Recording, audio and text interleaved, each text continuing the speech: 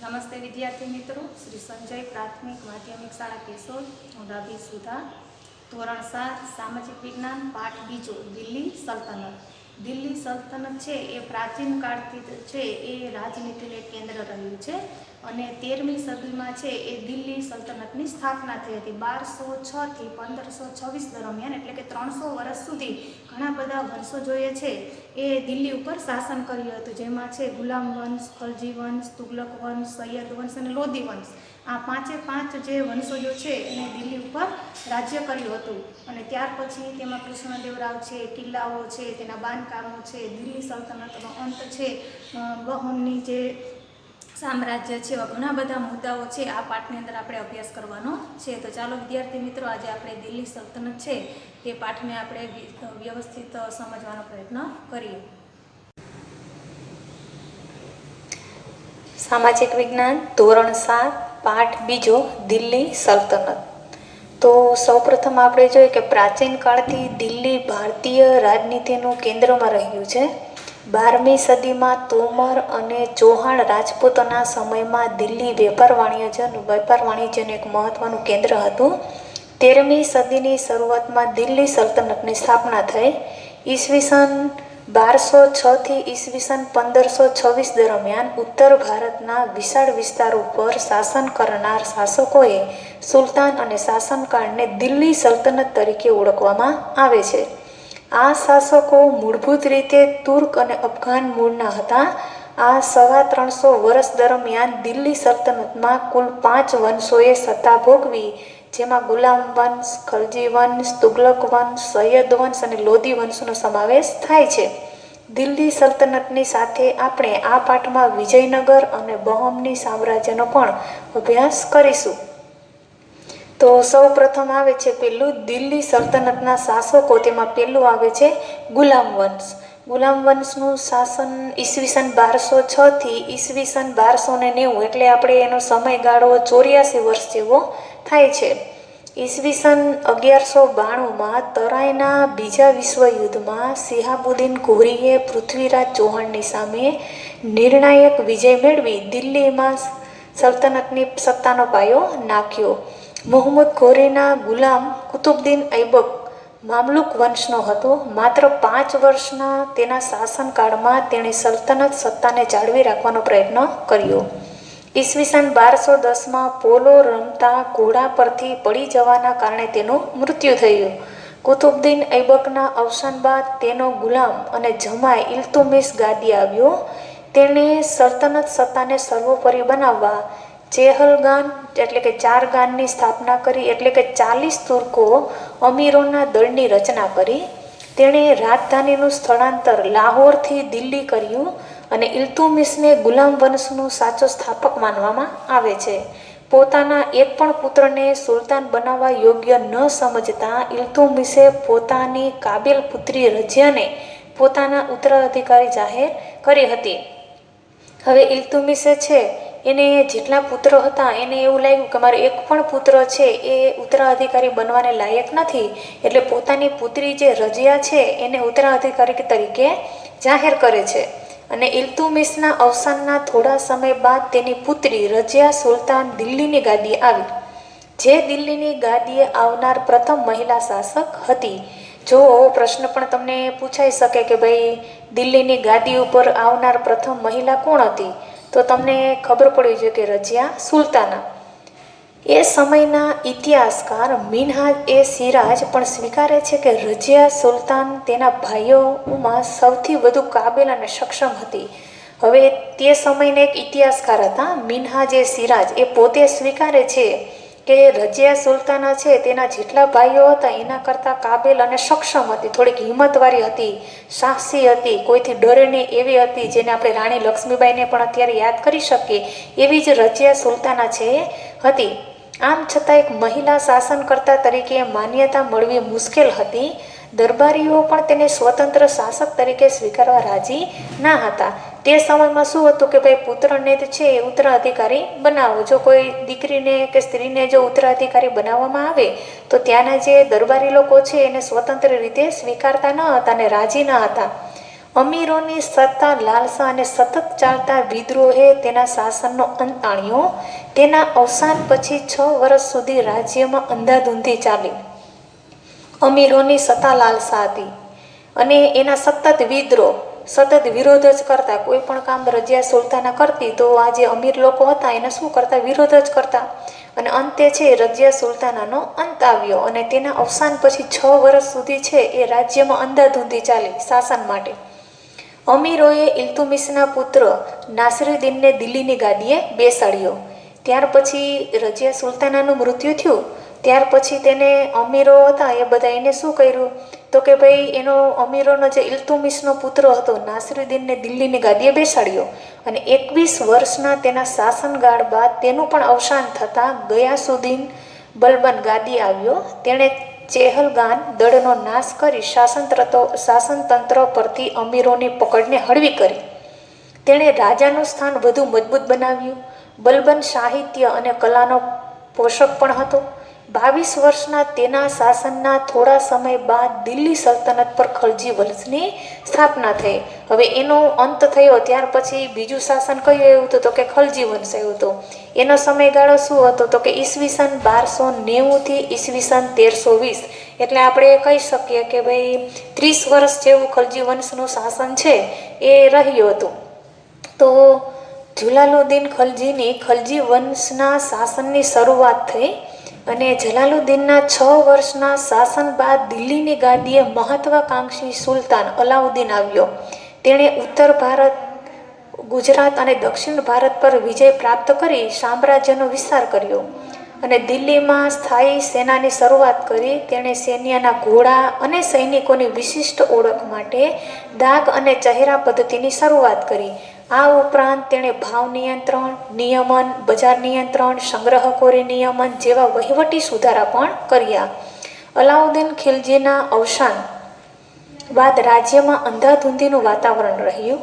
ખલજી રાજવંશનો અંત આણી દિલ્હીની ગાદીએથી તુગલક શાસનની શરૂઆત થઈ અને એ શાસન કરનાર, એની શરૂઆત કરનાર ગિયાસુદ્દીન તુગલુક હતો. તો હવે હું તમને છે એક ખલજી વંશની છે વિડીયો ક્લિપ બતાવું છું, જેથી તમને ખબર પડશે કે ભાઈ એ શાસન વખતમાં કેવું હતું અને તેને કેવા કેવા કામો કર્યા છે. खिलजी के द्वारा 1290 ईस्वी में खिलजी वंश की स्थापना की गई। खिलजी वंश दोस्तों 1290 से 1320 ईस्वी तक चला। इसका सबसे महानतम शासक अलाउद्दीन खिलजी था, जिसे द्वितीय सिकंदर भी कहते हैं। दोस्तों अलाउद्दीन खिलजी जलालुद्दीन फिरोज खिलजी का भतीजा था, जो कि अनपढ़ था लेकिन बहुत ही ज्यादा बुद्धिमान और चालाक था। जलालुद्दीन फिरोज खिलजी के ही काल में पहली बार दक्षिण भारत पर देवगिरी पर अलाउद्दीन खिलजी ने हमला किया, लेकिन पूरी तरह से दक्षिण भारत पर विजय पाने में सफलता अलाउद्दीन के शासनकाल में मिली। दोस्तों 1296 ईस्वी में अलाउद्दीन ने अपने चाचा जलालुद्दीन फिरोज खिलजी की हत्या कर दी और राजगद्दी पर कब्जा कर लिया। इस प्रकार जलालुद्दीन फिरोज खिलजी का शासनकाल 1290 से 1296 ईस्वी तक चला। दोस्तों 1296 में गद्दी पर बैठने के बाद अलाउद्दीन ने सिकंदर शाही की उपाधि धारण की तथा सिक्कों पर सिकंदर द्वितीय नाम छपवाया। वो अपने आप को सिकंदर द्वितीय कहता था। अलाउद्दीन खिलजी का सेनापति मलिक काफूर था, जिसे खिलजी ने 1000 दिनार में खरीदा था। यही कारण है कि मलिक काफूर को 1000 दिनारी भी कहा जाता है। दोस्तों मलिक काफूर एक गे था और अलाउद्दीन खिलजी के साथ उसके गलत संबंध भी थे। सन 1308 ईस्वी में अलाउद्दीन खिलजी ने मलिक काफूर को दक्षिण भारत के अभियान पर भेजा। सन 1311 ईस्वी में मलिक काफूर दक्षिण भारत पर विजय प्राप्त कर वापस लौटा और इस प्रकार से अलाउद्दीन खिलजी दिल्ली सल्तनत का पहला ऐसा शासक बना जिसने दक्षिण भारत पर विजय हासिल की। दोस्तों मैंने अभी बताया था कि अलाउद्दीन खिलजी बहुत ही चालाक और बुद्धिमान शासक था। इसने अपनी सेना तथा शासन व्यवस्था में अनेक परिवर्तन किए, जैसे इसने अपनी निजी अस्थायी सेना रखी, सेना को नियमित तथा नगद वेतन देना शुरू किया और साथ ही साथ सेना के कद काठी हुलिया को भी लिखवाया। इसने बाजार नियंत्रण व्यवस्था लागू की, भूमि मापन प्रणाली शुरू की और साथ ही साथ भू राजस्व में भी बदलाव किया।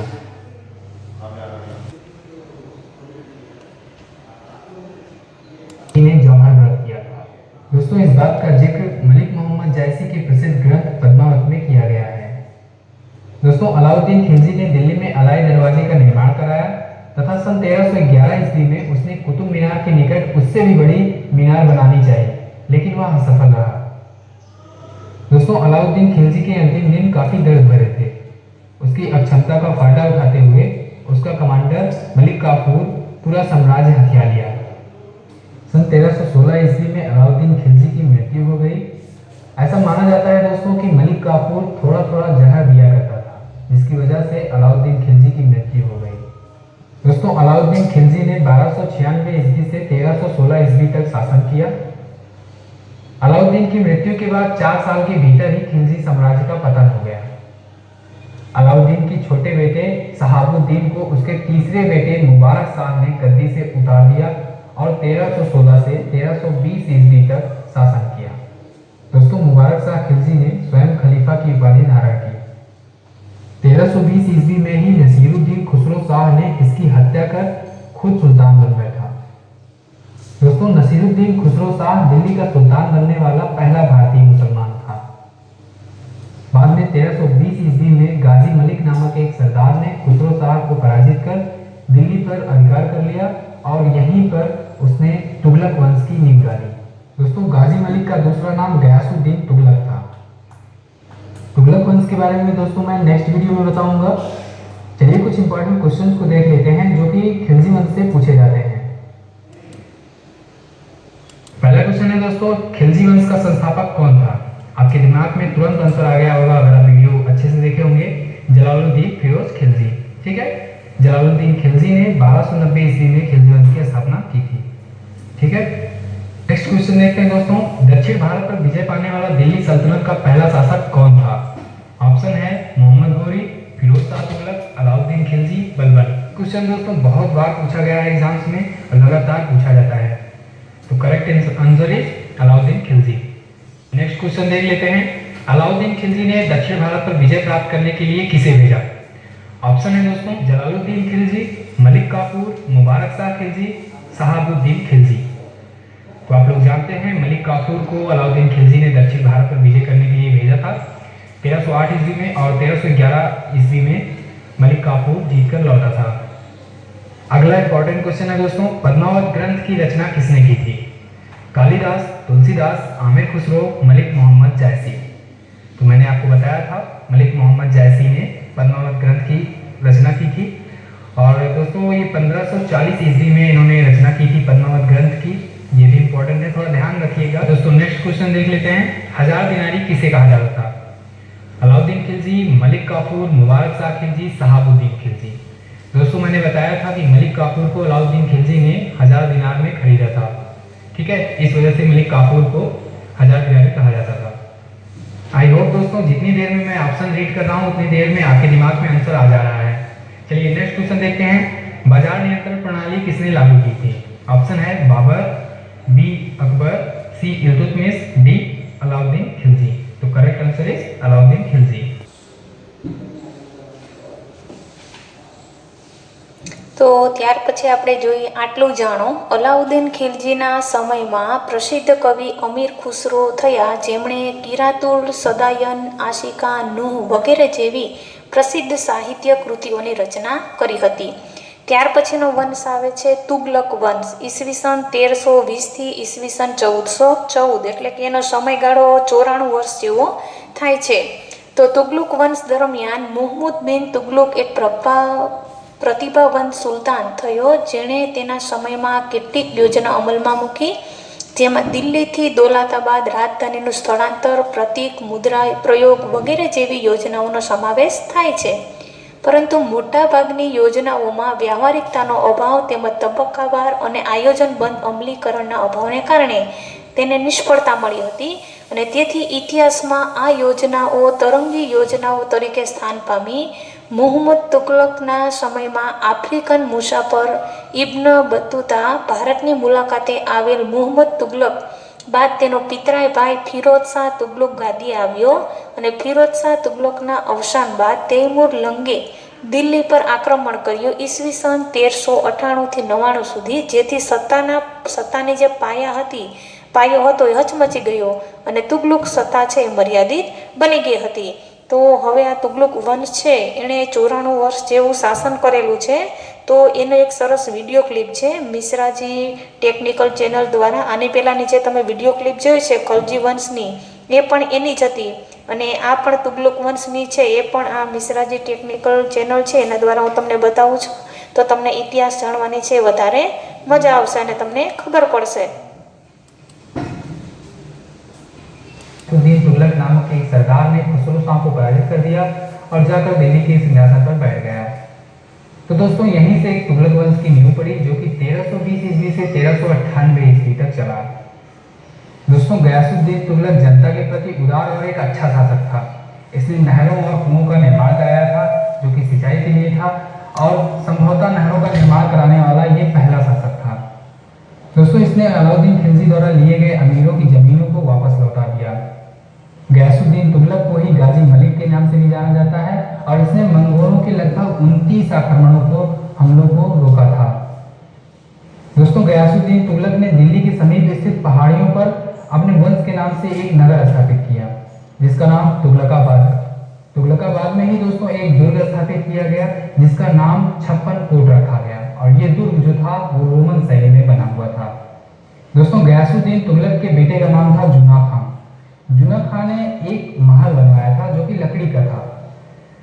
जब ये बंगाल के अभियान से लौट रहे थे तो उस समय उस जुना खां के महल में रुके हुए थे। दोस्तों वो लकड़ी का महल गिर गया जिसके नीचे दबकर गयासुद्दीन तुगलक उर्फ गाजी मलिक की 1325 ईस्वी में मृत्यु हो गई। मृत्यु के बाद दोस्तों जुना खां यानी कि उसका लड़का जो था वो मोहम्मद बिन तुगलक के नाम से दिल्ली के सिंहासन पे बैठा। दोस्तों इतिहासकारों का मानना है कि मध्यकालीन में जितने भी राजा हुए, जितने भी शासक हुए, उनमें मोहम्मद बिन तुगलक सबसे ज्यादा शिक्षित, विद्वान और योग्य व्यक्ति था। लेकिन दोस्तों इसकी सनक भरी योजनाओं और क्रूर कृत्यों के कारण लोग इसे पागल और रक्त पिपासु कहते थे। इसने 4 योजनाएं लागू की थी। पहला था द्वार क्षेत्र में कर वृद्धि, दूसरा इसने अपने राजधानी को दिल्ली से देवगिरी में स्थानांतरित कर दिया और उसके बाद उसका नाम दौलताबाद रख दिया। तीसरा इसने सांकेतिक मुद्रा का प्रचलन किया था जिसकी वजह से इसका काफी ज्यादा मजाक उड़ाया गया। उसके बाद खुरासन एवं कराची के अभियान के लिए भी इसका काफी ज्यादा विरोध हुआ। दोस्तों मोहम्मद बिन तुगलक ने कृषि के विकास के लिए अमीर कोही नाम की एक नवीन विभाग की स्थापना की थी। ठीक है, अमीर कोही नाम की स्थापना मोहम्मद बिन तुगलक ने की थी। दोस्तों मैंने आपको एक बार बताया था कि इतिहास की जानकारी विदेशी यात्रियों, कवियों, लेखकों और शिलालेखों के माध्यम से मिलती है। तो इसके शासनकाल में जो अफ्रीकी यात्री आया था उसका नाम था इब्ने बतूता। ठीक है, इब्ने बतूता 1333 ईस्वी में मोहम्मद बिन तुगलक के ही शासनकाल में आया था।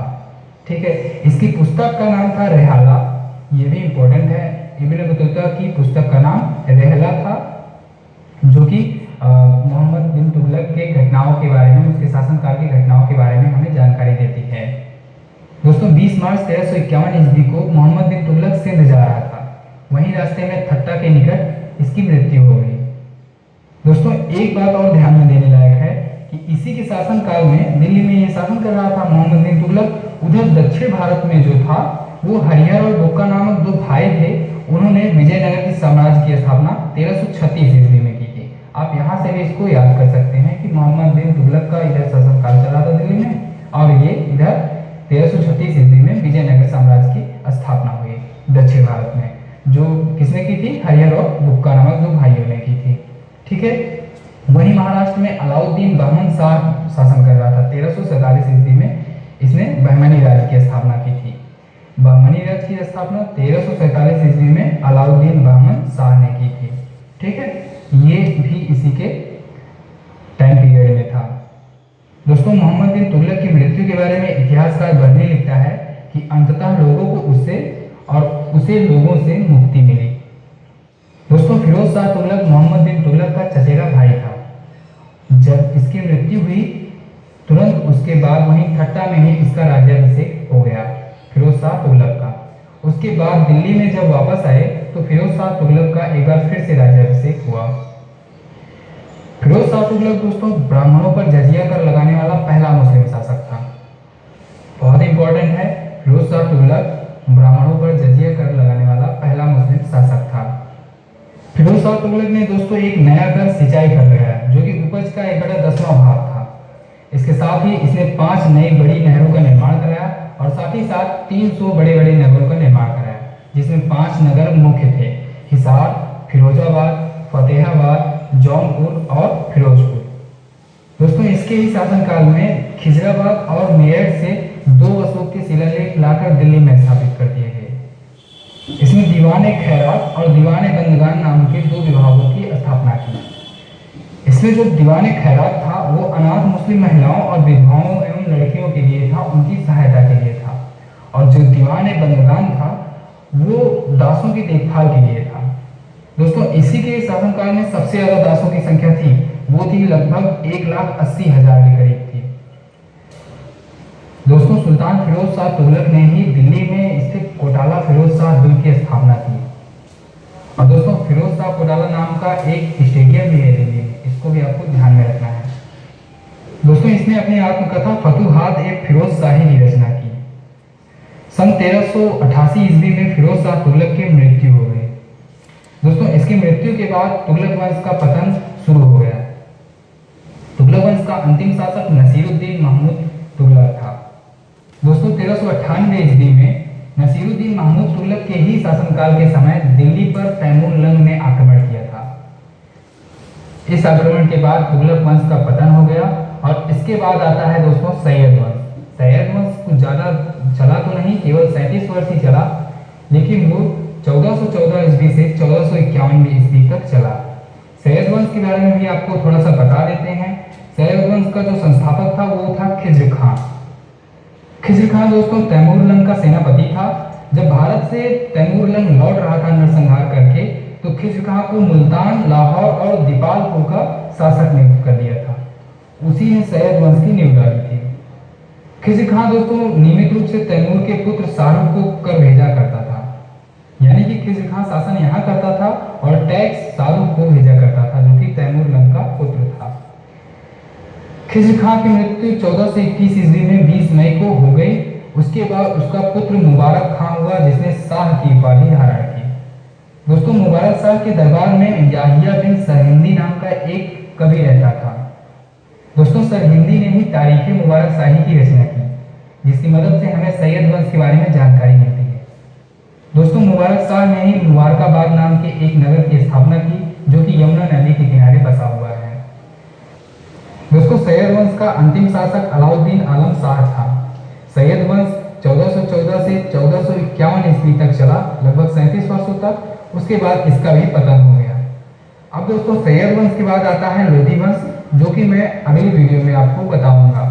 चलिए कुछ इंपॉर्टेंट क्वेश्चंस के बारे में देख लेते हैं, जो कि एग्जाम्स में पूछे।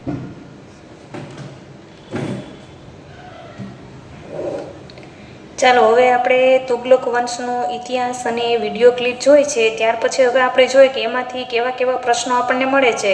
તો કે ખિલજી વંશના છેલ્લા સુલતાન ખુસરો ખાન નહેરાબીને કોણે તુગલક વંશની સ્થાપના કરી? તો ગયાસુદ્દીન તુગલકે. અને 1320ની અંદર ગયાસુદ્દીનનું મૂળ નામ શું હતું? ગાઝી મલિક. બલબને ગયાસુદ્દીનને કઈ ઉપાધિ આપી? અમીરે શિકારી. ખેડૂત રાષ્ટ્રનો ભાગ્ય વિધાતા છે એવું વિધાન સૌપ્રથમ કોણે કરેલ? ગયાસુદ્દીન તુગલક. હવે ત્યાર પછીનો જે વંશ આવે છે સૈયદ વંશ છે ને, આપણે જે હમણાં વિડીયો ક્લિપ જોઈ એની અંદર પણ સૈયદ વંશનો ઉલ્લેખ છે એ થઈ ગયો હતો. સૈયદ વંશ ઈસવીસન 1414થી ઈસવીસન 1451, એટલે કે 37 વર્ષ જેવું સૈયદ વંશે છે એ શાસન કરેલું છે. અને એની સાથે જ બીજું છે લોધી વંશ, એને 1451થી ઈસવીસન 1526 સુધી, એટલે 75 વર્ષ જેવું શાસન છે તેણે કરેલું છે.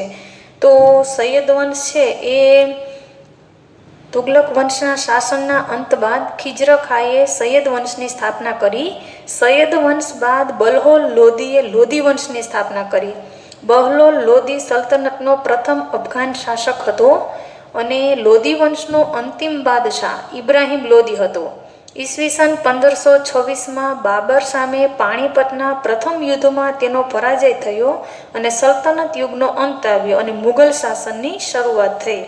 તો ખિજર ખાન સૈયદ વંશની સ્થાપના કરી હતી અને તૈમુર લંગ સાથે તે આવેલા છે અને મહમ્મદ પેગમ્બરના વંશજો છે એવું સૈયદ વંશો છે એ કહેતા હતા.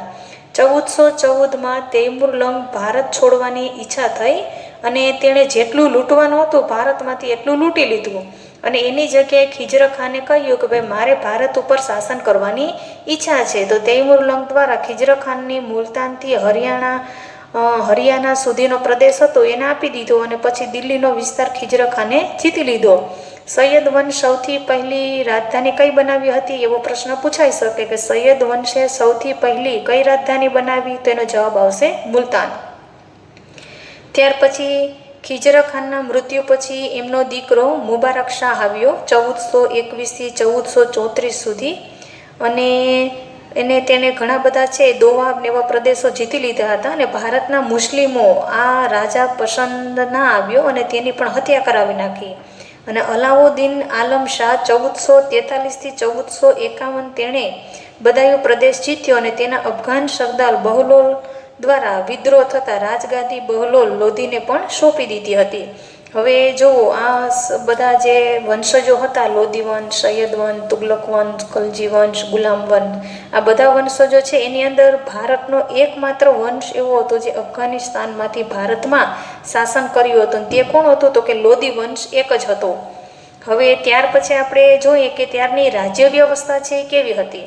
તો કે ઈસવીસન 13મી સદીમાં સ્થપાયેલ દિલ્હી સલ્તનત ભારતમાં રાજ્ય શાસન વ્યવસ્થાની દ્રષ્ટિએ વિશિષ્ટ હતું. દિલ્હી સલ્તનતના શાસનના કેન્દ્રમાં સુલતાન હતો અને સુલતાનની સત્તા સર્વોપરી ગણાતી. જે સર્વોચ્ચ સેનાપતિ, કારોબારીનો સર્વોચ્ચ વડો અને સર્વોપરી ન્યાયાધીશ પણ હતો. સુલતાને મદદ કરવા એક મંત્રીમંડળ હતું અને મંત્રીમંડળના મંત્રીઓ અને અધિકારીઓની નિમણૂક સુલતાન પોતે જ કરતો.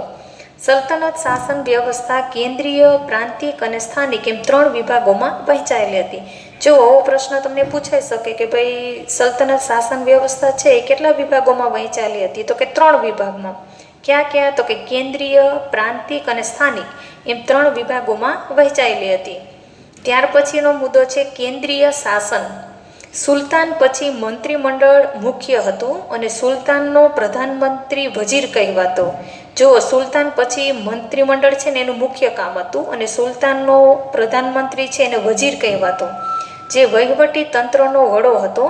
આ ઉપરાંત મંત્રીમંડળમાં સેના વિભાગ, પત્ર વ્યવહાર વિભાગ, ધર્મ વિભાગ, વિદેશ વિભાગ, ગુપ્તચર વિભાગ વગેરે વિભાગોનો સમાવેશ છે થતો હતો. આમ થોડા ઘણા અંશે આધુનિક મંત્રીમંડળ જેવી વ્યવસ્થા તે સમયે જોવા મળે છે. અત્યારે જેમ આપણે કેન્દ્ર સરકાર હોય તો એની અંદર પણ ઘણા બધા મંત્રીમંડળો બનાવેલો, આરોગ્ય ખાતું હોય, શિક્ષણ ખાતું હોય, કોઈમાં ઘણા બધા વિભાગો આવેલા હોય છે, દરેકને ખાતા સોંપવામાં આવે છે. તો એ સમયની વખતની અંદર પણ એવું આધુનિક મંત્રીમંડળ છે તેવી વ્યવસ્થા એ સમયની અંદર જોવા મળેલી હતી. તો હવે ત્યાર પછી આપણે જોઈએ કે આટલું જાણો. અલાઉદ્દીન ખિલજીના સમયમાં સરકારી તંત્ર પૂરતી ટપાલ વ્યવસ્થા અસ્તિત્વમાં આવી હતી. ખેપિયાઓ શાહી હુકમો, સંદેશાઓ લઈ જતા રાજ્યના મહત્ત્વના મથકે ખેપિયાઓ મળતા. આ રીતે અત્યારની ટપાલ વ્યવસ્થાની પ્રારંભિક આવૃત્તિ તેને આપણે કહી શકીએ. ત્યાર પછીનો મુદ્દો છે પ્રાંતીય શાસન, એટલે કે સલ્તનત કાળમાં પ્રાંતને જાગીરમાં વહેંચવામાં આવતું, જેને ઇક્તા કહેવામાં આવતું. ઇક્તાનો વડો ઇક્તેદાર કે મુક્તિ કહેવાતો, જે પ્રાંતની કારોબારી અને ન્યાયતંત્રનો વડો હતો. તેનું કાર્ય જમીન મહેસૂલ એકત્ર કરવાનું અને સુલતાનને જરૂર પડે ત્યારે લશ્કરી મદદ કરવાનું રહેતું.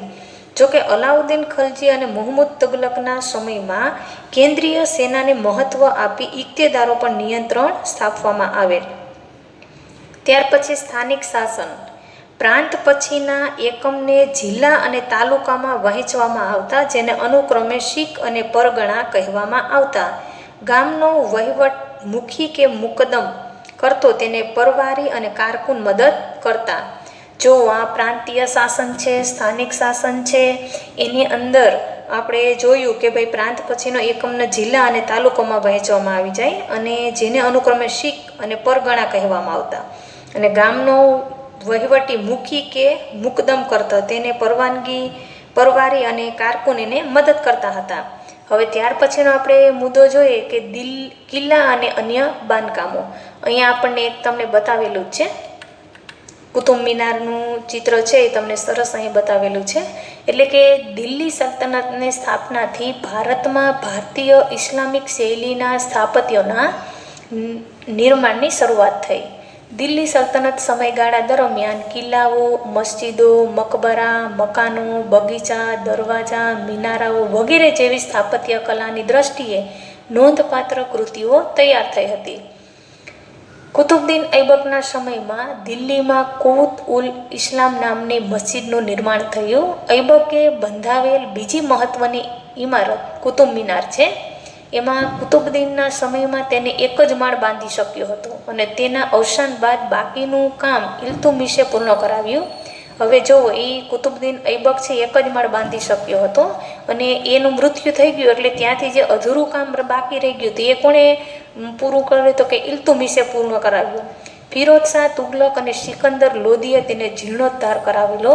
કુતુબુદ્દીન ઐબક નિર્મિત અને અન્ય એક ઇમારત 2.5 દિનકા ઝોપડા નામની મસ્જિદ જે હાલ અત્યારે અજમેરમાં આવેલી છે. આ તમને ખાલી જગ્યાની અંદર પણ પૂછાઈ શકે છે કે 2.5 દિનકા ઝોપડા નામની મસ્જિદ કઈ શહેરમાં આવેલી છે, તો તમે કહી શકો કે અજમેર શહેરની અંદર આવેલી છે. ઇલ્તુમિશના સમયમાં હોજે સમ્મી ઈદગાહ અને જુમ્મા મસ્જિદનો સમાવેશ થાય છે. ખલજી વંશ દરમિયાન અલાઉદ્દીન ખલજીએ બંધાવેલ અલાઈ દરવાજા નામનો પ્રવેશદ્વાર, સિરી નામના કિલ્લો અને સિરી નામનું નગર તથા હોજે ખાસનો સમાવેશ થાય છે. તુગલક શાસન દરમિયાન તુગલકાબાદ, ફિરોઝાબાદ, હિરસાસાર, જૈનપુર, ફિરોજપુર, ફતેહબાદ વગેરે નગરો વસાવવામાં આવ્યા હતા. અને આ સમયગાળા દરમિયાન દિલ્હીમાં અનેક કિલ્લાઓ, મસ્જિદો, તળાવો, મહેલો, સ્નાનાગારો, મકબરાઓ, પુલો, સરાઈઓ, બગીચાઓ વગેરેનું નિર્માણ થયું. સૈયદ અને લોદી વંશ દરમિયાન મકબરાઓ અને મસ્જિદોનું નિર્માણ થયું હતું. હવે તમે યાદ રાખજો કે મકબરાઓનું નિર્માણ છે ક્યારે થયું હતું કે સૈયદ અને લોદી વંશ જ્યારે હતું ત્યારે મકબરાઓ અને મસ્જિદોનું નિર્માણ છે થયું હતું. જેમાં બંદે ખાનનો ગુંબજ, બડા ગુંબજ, મોઠની મસ્જિદ અને શિહાબુદ્દીનનો મકબરો એ છે મુખ્ય છે એમાં. ત્યાર પછીનો મુદ્દો આવે છે વિજયનગર સામ્રાજ્ય. તો વિજયનગર સામ્રાજ્ય છે એ કેટલા વર્ષ એને શાસન કર્યું તો કે ઈસવીસન 1206 થી ઈસવીસન 1290 એટલે કે અંદાજિત 84 વર્ષ જેટલું શાસન છે એ વિજયનગરની અંદર એ કરેલું છે. તો કે તુગલક વંશના નિર્બળ સુલતાનના સમય દરમિયાન દિલ્હી સલ્તનતના વિઘટનની પ્રક્રિયાનો પ્રારંભ થયો. સૈયદ વંશ અને લોદી વંશ દરમિયાન આ પ્રક્રિયા ઝડપી બની અને તૈમૂરના આક્રમણના કારણે પણ સ્થિતિ વધુ વણસી હતી. આ બધી પરિસ્થિતિના કારણે ઉત્તર અને દક્ષિણ ભારતમાં અનેક પ્રદેશો સ્વતંત્ર થયા, જેમાં વિજયનગર, બહમની, માળવા, મેવાડ, બંગાળ, જૈનપુર વગેરેનો સમાવેશ થાય છે. અહીં આપણે વિજયનગર અને બહમની રાજ્ય વિશે થોડી વાત કરીશું. તો હરિહરરાય અને બુક્કારાય નામના બે ભાઈઓએ ઈસવીસન 1336માં તુંગભદ્રા નદીના કિનારે પોતાના રાજ્યની રાજધાની બનાવી વિજયનગર સામ્રાજ્યનો પાયો નાખ્યો હતો. જો હરિહરરાય અને બુક્કારાય બે ભાઈઓના નામ તમે યાદ રાખજો. અને તુંગભદ્રા નદીના કિનારે પોતાના રાજ્યની રાજધાની બનાવી અને વિજયનગર સામ્રાજ્યનો છે એ પાયો એણે નાખ્યો. શરૂઆતમાં આ નગર તેમના ગુરુ સ્વામી વિદ્યારણ્યના નામ પરથી વિદ્યાનગર તરીકે ઓળખાવ્યું. પાછળથી તેમના સમ્રાટોની લશ્કરી સફળતાના કારણે તે વિજયનગરની તરીકે ઓળખ છે એ પામ્યું. અને હરિહર રાય અને બુક્કારાય સંગમ વંશના રાજા હતા. એ યાદ રાખજો ક્યાંના રાજા હતા તો કે સંગમ વંશના છે એ હરિ છે ત્યાંના રાજા હતા. વિજયનગર સામ્રાજ્યમાં સંગમ વંશ, શાલુ વંશ, તુલુ વંશ અને અરવિંદુ વંશ શાસન કર્યું. હરિહર રાય પ્રથમ અને બુક્કારાયે નાના રાજ્યોને સામ્રાજ્ય બનાવવામાં મહત્વનું યોગદાન આપ્યું. શાલુ વંશનું શાસન 20 વર્ષ ચાલ્યું અને ત્યારબાદ તુલુ વંશની સ્થાપના થઈ. હવે તુલુ વંશમાં કૃષ્ણદેવરાય જેવો શ્રેષ્ઠ શાસક થયો, જે માત્ર તુલુ વંશ જ નહીં સમગ્ર વિજયનગર સામ્રાજ્યનો સર્વશ્રેષ્ઠ શાસક સાબિત થયો. એટલું જ નહીં, તેને ભારતના એક મહાન શાસક બનાવવાનું ગૌરવ પણ મળ્યું. તેણે શાસન દરમિયાન અનેક વિજયો હાંસલ કર્યા. કૃષ્ણદેવરાયનું મોટા પાયા ભાગનું જીવન યુદ્ધ ભૂમિ પર પસાર થવા છતાં તેણે વહીવટી તંત્રની ઉપેક્ષા ન કરી હતી. તેણે રાજ્યમાં તળાવો, નહેરો ખોદાવી, ખેતીવાડીને સમૃદ્ધ કરી, કેટલાક અયોગ્ય વેરાઓ નાબૂદ કરી, પ્રજાને પ્રેમ મેળવ્યો. વિજયનગરની પાસે નાગલપુર નામનું નગર વસાવ્યું અને તેને અનેકવિધ ઇમારતો અને મંદિરો શણગાર્યું. કૃષ્ણદેવરાય પોતે વિદ્વાન હતા. તેમણે સંસ્કૃત અને તેલુગુ ભાષામાં કેટલાક ગ્રંથો લખ્યા હતા. કૃષ્ણદેવરાય છે એને ઘણા બધા સારા કાર્યો કર્યા હતા. તેણે કેટલાક વેરાઓ નાબૂદ કર્યા અને તળાવો છે, નહેરો ખોદાવી, ખેતીવાડીને સમૃદ્ધ કર્યું.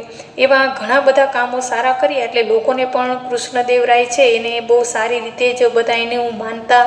કેમ કે કામ સારા કર્યા એટલે લોકો છે એને સ્વીકારવાના જ છે, પ્રજા છે એને માન સન્માન આપવાની જ છે. અને તે કૃષ્ણદેવરાય પોતે એક તો વિદ્વાન હતા. સંસ્કૃત અને તેલુગુ ભાષામાં છે અને ગ્રંથો પણ લખેલા હતા. તેના સાહિત્ય કલાના ઉત્તેજનના કારણે તે આંધ્રના ભોજ તરીકે ઓળખ પામ્યા. જો એવો પણ પ્રશ્ન પૂછાઈ શકે કે ભાઈ આંધ્રના ભોજ તરીકે કોણ છે, તો તમે કહી શકો કે કૃષ્ણદેવરાય છે એ ખૂબ જ વિદ્વાન હતા અને સાહિત્ય અને કલાના ખૂબ જ શોખીન હતા, એટલે એના આંધ્રના ભોજ તરીકે ઓળખવામાં આવે છે. કૃષ્ણદેવરાયના અવસાન બાદ વિજયનગરમાં આંતરિક સંઘર્ષ અને કાવતરા શરૂ થયા. 23 જાન્યુઆરી 1565ના તાલીકોટના યુદ્ધમાં મુસ્લિમ રાજ્યોના બનેલા સંઘની સામે વિજયનગરનો પરાજય થયો અને યુદ્ધ બાદ પણ વિજયનગર સામ્રાજ્ય એક સદી સુધી ટકી રહ્યું, પણ પહેલાં જેટલી ભવ્યતા પ્રાપ્ત કરી શક્યું નહીં. હવે જુઓ કે કૃષ્ણદેવરાયનું અવસાન થઈ ગયું પછી આંતરિક સંઘર્ષો છે એ ખૂબ વધ્યા અને જેને કારણે છે અંદરો અંદર શું થતા તો કે ભાઈ ઝઘડાઓનું પ્રમાણ છે એ વધવા લાગ્યું હતું કે ભાઈ આ છે એ અમે લઈ લે, આ સત્તા અમે લઈ લે, એવું છે અંદરો અંદર બધા કરતા હતા. પણ ત્યાર પછી છે એનો વહીવટી તંત્ર મોહમ્મદ શાહ ત્રીજાના સમયમાં બહમની સત્તા મજબૂત બની ગઈ હતી. પરંતુ ત્યારબાદ મોહમ્મદ શાહ બહમની બીજાના સમયમાં રાજ્યની તમામ સત્તા તેના વજીર કાસિમ બરીદના હાથમાં આવી અને તેના સમયમાં જ બહમની સામ્રાજ્યનો છે અંત આવી ગયો અને સમગ્ર રાજ્ય બીજાપુર, અહમદનગર, ગોલકોંડા, બીડર અને બરાર જેવા 5 સ્વતંત્ર રાજ્યોમાં વિભક્ત થઈ ગયું. વિભક્ત એટલે કે નાના નાના ટુકડા થઈ ગયા. હવે છેલ્લો મુદ્દો આવે છે દિલ્હી શાસનનો અંત. તો આપણે જોઈએ કે દિલ્હી સલ્તનત શાસનની સ્થાપના ઈસવીસન 1206માં કુતુબુદ્દીન ઐબક દ્વારા થઈ અને 320 વર્ષ પછી ઈસવીસન 1526માં ઇબ્રાહિમ લોદીના શાસનનો અંત સાથે તેનો અસ્ત થયો હતો. આ લગભગ 350 વર્ષ દરમિયાન યોગ્ય, શક્તિશાળી અને કેટલીક વાર નિર્બળ સુલતાનને પણ ગાદીએ આવ્યા અને દિલ્હીના આ મુસ્લિમ મહારાજ્ય અનેક તડકી છાણી જોઈ અને ઉદય તેનો અસ્ત એ ન્યાયે તેનું પતન થયું. જો ઘણા બધા વંશજો છે એ આવ્યા હતા અને 1526માં ઇબ્રાહિમ લોદીના શાસનનો છે અંત આવ્યો અને છેલ્લે શું થઈ ગયું તો કે અસ્ત થઈ ગયું અને લગભગ 350 વર્ષ સુધી યોગ્ય, શક્તિશાળી અને કેટલાક વાર નિર્બળ સુલતાનો પણ ગાદીએ આવ્યા. એમાં સારા પણ આવ્યા અને નિર્બળ પણ આવ્યા અને દિલ્હીના આ મુસ્લિમ મહારાજ્ય અનેક જોઈ તડકી અને છાંયડી એટલે સારું અને ખરાબ બંને એનો ઉદય અને એનો અસ્ત એ ન્યાયે તેનું પતન થયું. એટલે ઘણા બધા વંશજો છે એ પોતાનું સારી રીતે સત્તા ચલાવી શક્યા છે, ઘણા બધા વંશજો છે એ સારી રીતે સત્તા નથી ચલાવી શક્યા. ઘણા બધા છે એને અમુકે સારા પણ કામ કરેલા છે, અમુક છે એને સત્તાને નુકસાન પહોંચે એવું પણ કાર્ય કરેલું છે. તો આ પાઠ આપણો હતો દિલ્હી સલ્તનત, જેની અંદર આપણે 5 જે હતા ગુલામ વંશ છે, ખલજી વંશ, તુગલક વંશ, સૈયદ વંશ અને લોધી વંશ એની રાજ્ય વ્યવસ્થા છે. પછી આપણે વિજયનગરનું સામ્રાજ્ય, કિલ્લા અને એના બાંધકામો, બહમનીનું રાજ્ય, દિલ્હી સલ્તનત શાસનનો અંત, આ બધા મુદ્દાઓ છે એની ચર્ચા આપણે કરી છે. તો હવે વિદ્યાર્થી મિત્રો આ પાઠ અહીંયા આપણે પૂર્ણ કરીએ છીએ. તમે આ પાઠ થોડુંક વાંચન પણ વધારે કરજો અને આ વિડીયો ક્લિપ તમને જે બતાવેલી છે ધ્યાનથી જોજો, એટલે તમને સમજવામાં પણ ઘણી બધી સરળતા રહેશે. Thank you.